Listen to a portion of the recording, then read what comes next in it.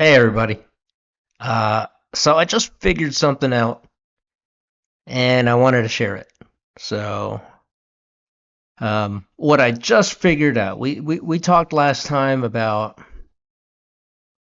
how Shotmarker works, right? That it's got this, these towers have these a front microphone and a rear microphone, and each one of those is kind of like a chronograph, right? Kind of like these used to be, where it measures how long it takes when before between the time it senses something here versus here. Same thing's going on with Shotmarker. It's just happening 4 times because in each of the corners there's a tower that has 2 microphones. Okay, so what I want to talk about today is incoming angle.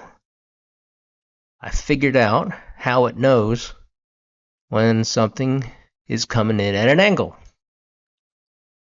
So if it's not coming in at an angle, it's coming in straight on, then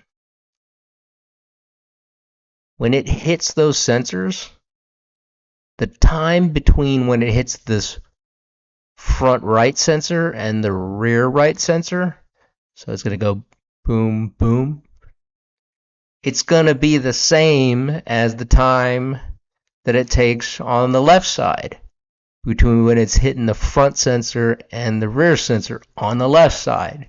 So if this is like boom boom, and then this other side is going to be boom boom. It's not going to go boom boom boom boom. Okay, the rhythm between the right side and the left side is going to be the same because this sonic shockwave is going at this speed and it hits front right, front left, rear left. Okay. Now, I think that's I think that's intuitive. What happens when it comes in at an angle? I'll tell you what, everything changes. Because look, if this thing is coming in like this, let's think about that. Let's take a look at that left side. Right, we're trying to determine. We're looking at the time between when it hits the front sensor and the rear sensor on the left side. Look, as soon as that shockwave touches that front sensor, it's really damn close to that rear sensor. It's going to be like a split second. Boom, boom. Okay. The same cannot be said of the other side, the right side. So because this is coming in at an angle, when it touches the front of the right sensor, the front right sensor, because it's coming in at an angle, their rear one it's tilted at an angle away from the cone. The cone isn't going to move this way, right? It's going to keep moving in this direction. And so it's going to be a little bit. It's going to take a little bit for it to hit the sonic wave here and here. Compared to the left side, where as soon as it's touching the front sensors, the rear sensors are practically on top of it. So what does that mean?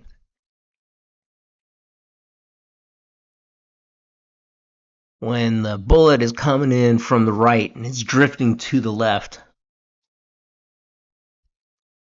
sensors tell us that the time it took between these two, the rhythm was real fast, and on the other side it was slow. Or, put it differently, the left side measures the velocity as being a lot higher than the right side. Okay, so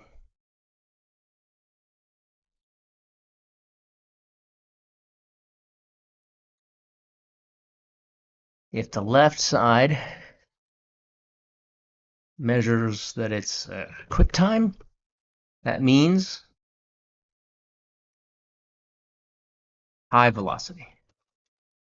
And if the right side says it was a little bit slower, that means it's going to have a lower velocity. And that tells us that the incoming angle is from the right. That's pretty cool. Now we understand how Shotmarker knows what the incoming angle is. Oh, and by the way, this is telling us if it only had two towers, it would be able to tell us what that incoming angle is. It doesn't have just two, though. It has four, which means that effectively it's able to calculate that incoming angle twice.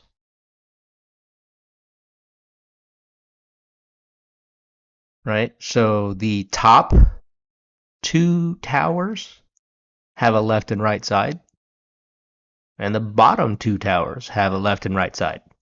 Each of those pairs of pairs can calculate a horizontal incoming angle.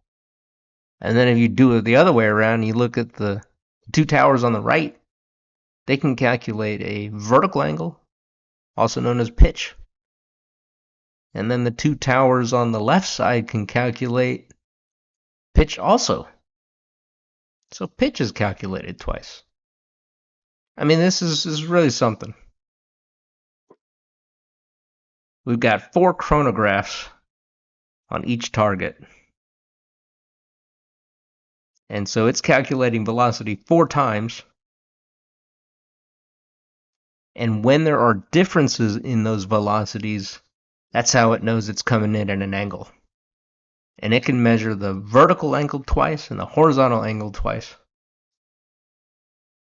And while it took me a little while to really think about this and understand it, and I had to draw this little diagram and play around with moving the triangle around before I understood it.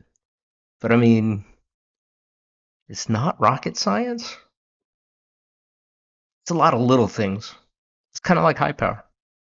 A lot of little things go into making a good shot. It's not rocket science, but it is kind of a lot. A lot of little things. And that's okay. We're high power shooters. We can handle a lot of little things. Because that's what we do.